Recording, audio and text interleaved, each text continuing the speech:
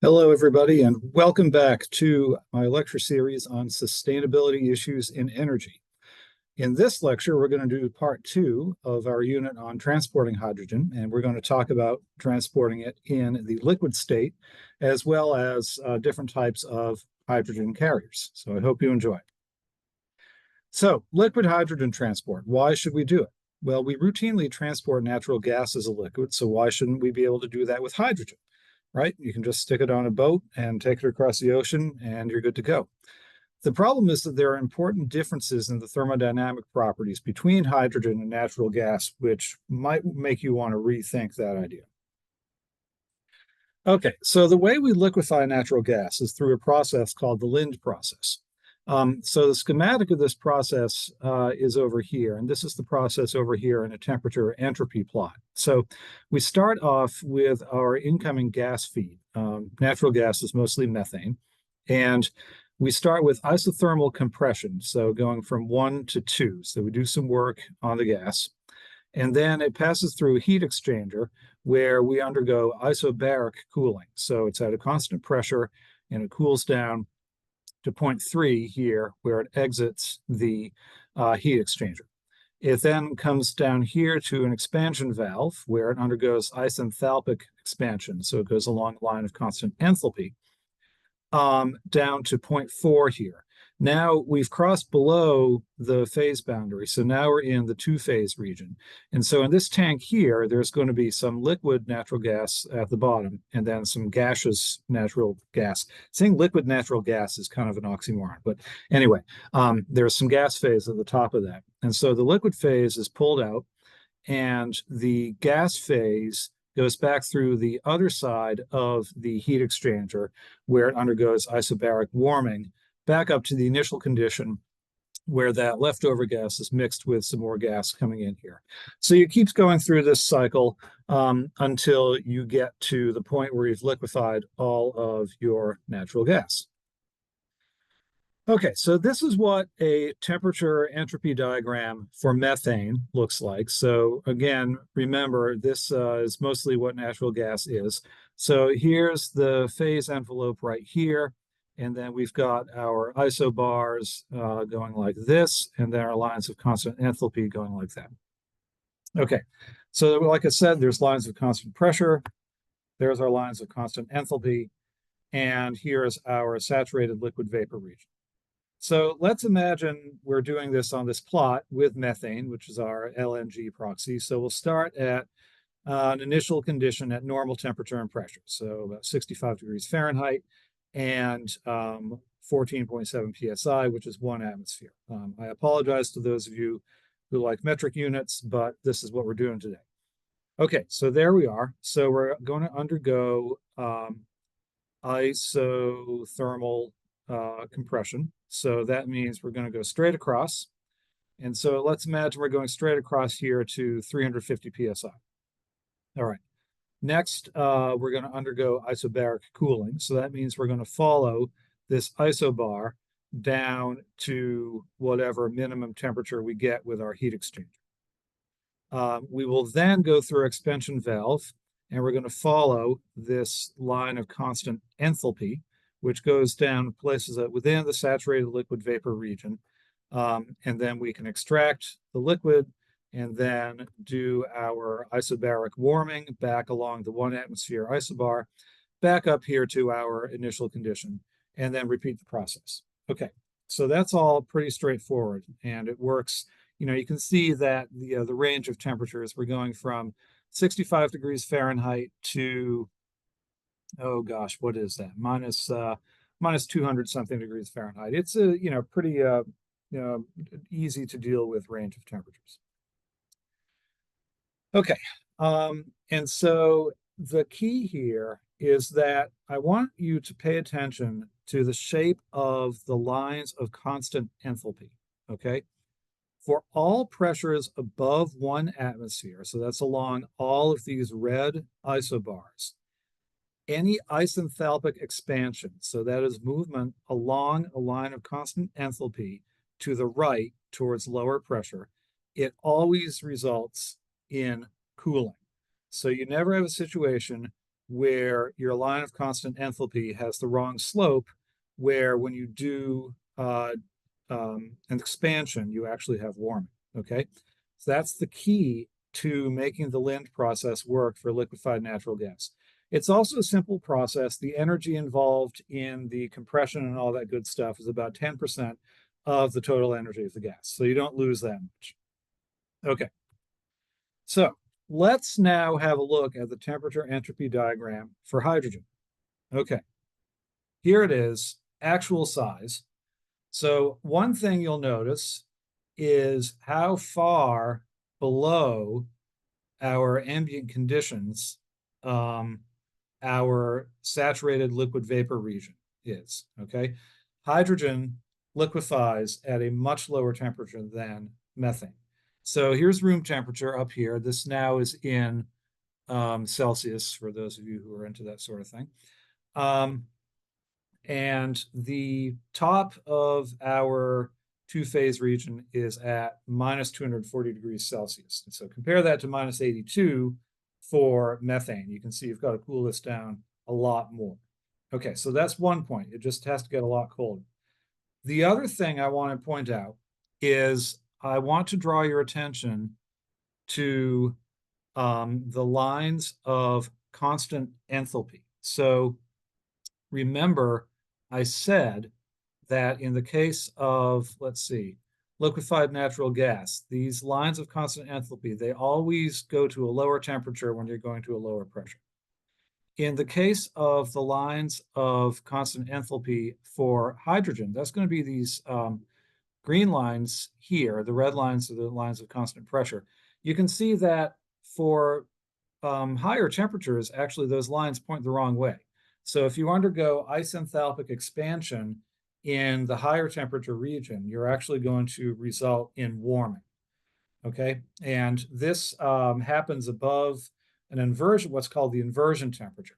Methane also has an inversion temperature, but it's about 1,000 Kelvin, okay? So 1,273 degrees Celsius. We're usually not under those conditions during the Lind process, so you don't have to worry about it. For hydrogen, the inversion temperature is around 200 Kelvin. So that's what? Minus, I'm going to do, see, and now you got me doing math off the top of my head here. That's minus some tens of degrees Celsius. So, you know, when you're above that, it's really hard to do this with a single heat exchanger because you can't do the isenthalpic expansion and get cooling, okay? So to do an analogous process with hydrogen, usually what happens is you'll cool the hydrogen with another heat exchanger shown here, where you're exchanging heat with liquid nitrogen. Liquid nitrogen is liquid at the boiling point is 77 Kelvin, so that's minus 196 degrees Celsius. So you have to cool it below the inversion temperature with this heat exchanger, and then you can go through the Lind process, okay? And so the whole thing looks like this. You've just got to cross over that liquid nitrogen point. Okay, so that's not too bad. You're just adding an additional compressor here, so that's a little more energy content that you're taking up. But there's another issue here, okay? So the hydrogen molecule is H2, right? So it has two hydrogen atoms. An individual hydrogen atom consists of only a proton, okay? And then there's an electron to balance the charge. Protons have an intrinsic angular momentum, which we call nuclear spin. And you can have a molecule where both hydrogen atoms have the protons have the same spin. That's called orthohydrogen. If the protons have opposite spins, that's called parahydrogen. Okay, so that might not seem like a really big deal, but to get to the boiling point of hydrogen, so that's where it liquefies, at equilibrium, you have to be at almost 100% parahydrogen.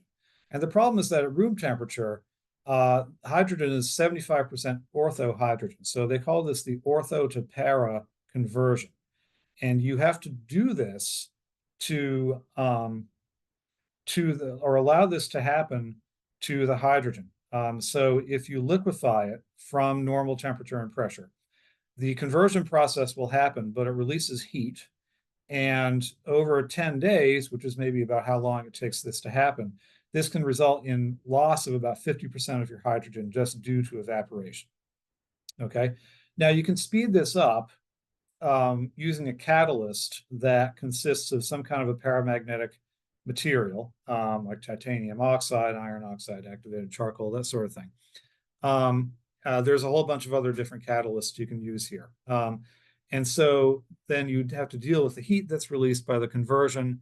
And so again, that would be removed by more liquid nitrogen and then by the liquid hydrogen. So it's another complication in the process that happens here. Okay, so you've got, the issue with the inversion temperature. So you've got to pre-cool the liquid hydrogen with liquid nitrogen.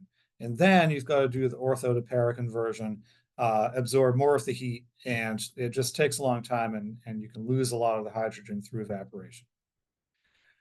Okay, so what does this all mean? Well, this was a nice study that was done back in the late 90s, looking at the cost of storage and transportation for hydrogen created at different rates by different processes and then transported at different rates by different processes. Okay, so let me give you an example of what we're looking at here. So these are low hydrogen production rates. So you're not making very much hydrogen. You're making 45 kilograms per hour, and then you're transporting it 16 kilometers. So let's imagine that you are just using gaseous hydrogen and you're sending it out by pipeline.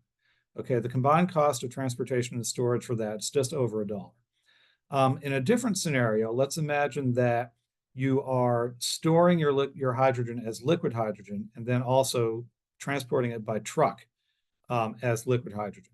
The cost for that is about $1.25, $1.30. So not a whole lot more. But remember, again, you're not making the hydrogen very fast and you're not transporting it very far.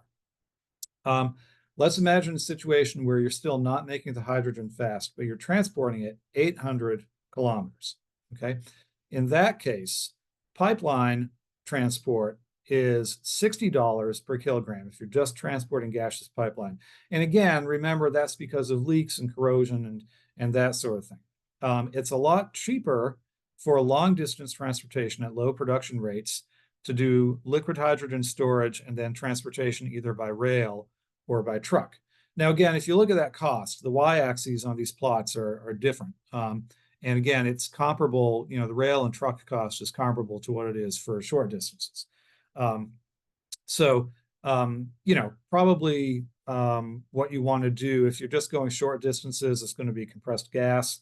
And then liquid hydrogen is better for long distances where the losses of the gas are too great.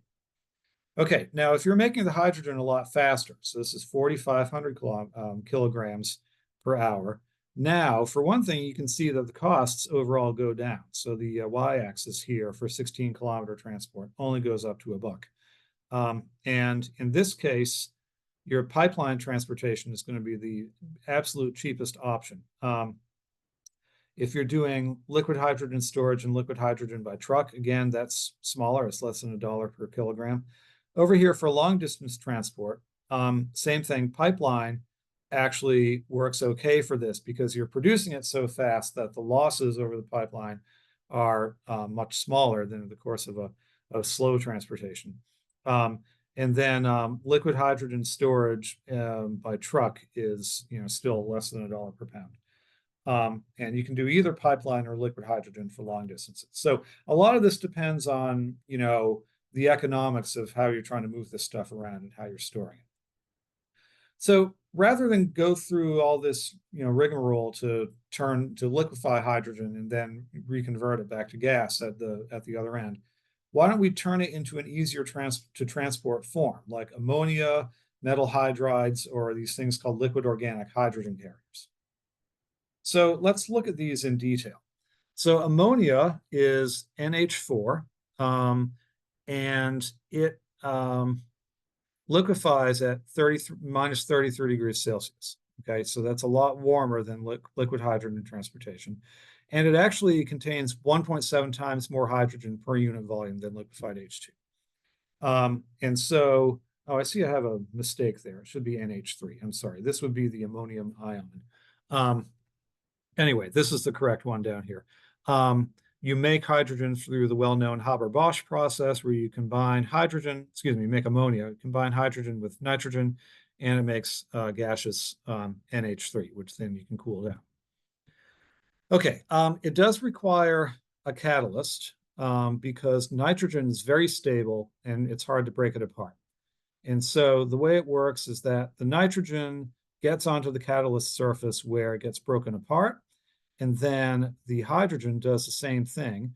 And then the nitrogen and hydrogen atoms are kind of wandering around on the surface of this catalyst, and they eventually find each other, and the energetics are such that they'll want to form ammonia, and then they'll desorb from that surface.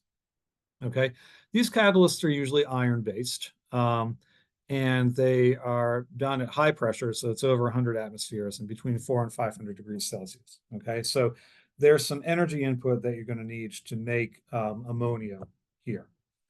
To decompose it back to nitrogen plus hydrogen, this is an endothermic process, so you need heat, and again, it requires a catalyst to break apart the the ammonia and make your nitrogen and hydrogen. The catalysts for decomposition are more complicated. You need to have an active phase, a promoter, and a support because you need an adsorption surface, you need electron donators, those are the promoters, and then you need a support, which is some kind of a high surface area and a small particle size. So here are some examples of active phase supports and promoters on the periodic table. You can see we have many possible active phases, again, including iron. Supports can be aluminum, silicon, you can think of something like a zeolite, and then the promoters, there's a few of those as well. So that's your possibilities for a catalyst. Okay.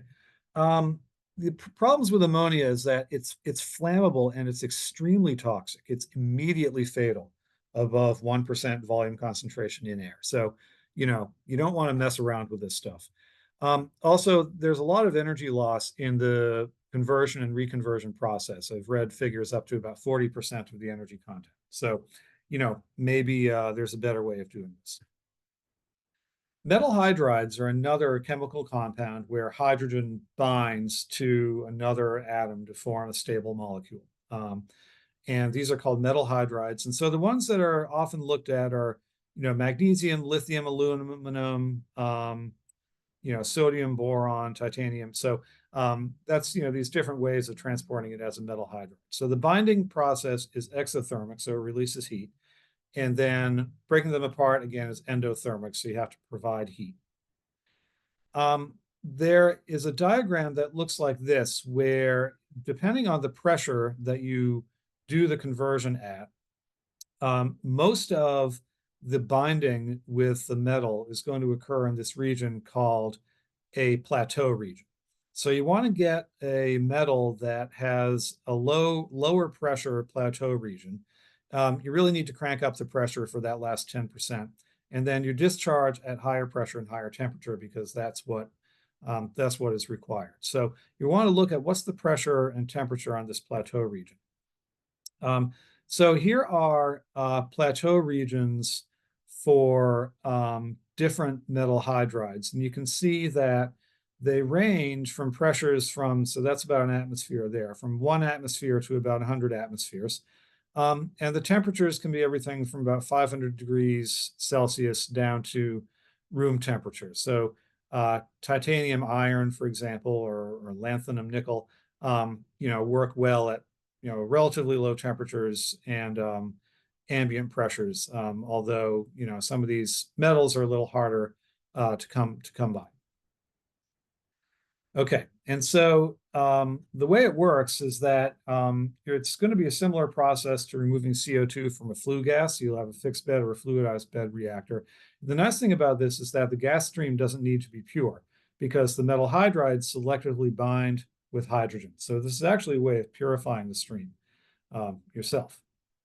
The thing with this, it's really only good for storage. The reason for this is transportation doesn't work because once you ship the hydrogen to its destination, then you're left with these metals and you'll have to ship them back to where they came from. So it's not, from a logistics standpoint, maybe the easiest thing to do. Okay, the last category here are what are called liquid organic hydrogen carriers, or you'll see these abbreviated as LOHCs. The problem with ammonia is that it needs to be chilled and it's toxic, flammable, which is also the case for some LOHCs, but they are liquids at ambient conditions, and so this makes their transport a lot easier. You charge and discharge similar to how ammonia works. There's catalysts on both sides. The nice thing about LOHCs is that charging and discharging, they happen at the same temperature, but you just need to change the pressure. So they'll typically charge at above 20 atmospheres and discharge at less than 5 atmospheres. Okay, so here are some examples. Benzene, toluene, naphthalene, any of these cyclic or aromatic hydrocarbons work really well, and ethyl carbazole.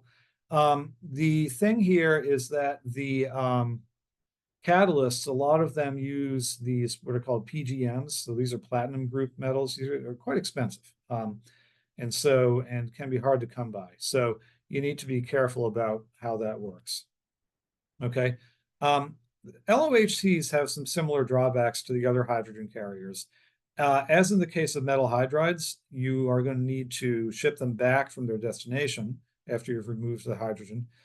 They're often toxic. I don't need to tell you that benzene is not a good thing to be breathing in. They're often flammable. They are often made from hydrocarbons, which brings up the question of carbon emissions associated with manufacturing these LOHCs. And again, you're going to lose up to about 40% of your hydrogen energy content from charging and discharging. Okay, so that's the wrap up of hydrogen transportation. There's still a lot of, I think, engineering challenges and technology solutions that need to be looked at to make this a reality. But I think that it can be done, and we've got smart people working on it. So next time, come back for my lecture on subsurface hydrogen storage. I hope you all have enjoyed this lecture and are enjoying this lecture series in general. I encourage you to subscribe to my YouTube channel, and if you like this video, go ahead and like it. But we'll see you next time. Thanks for stopping by.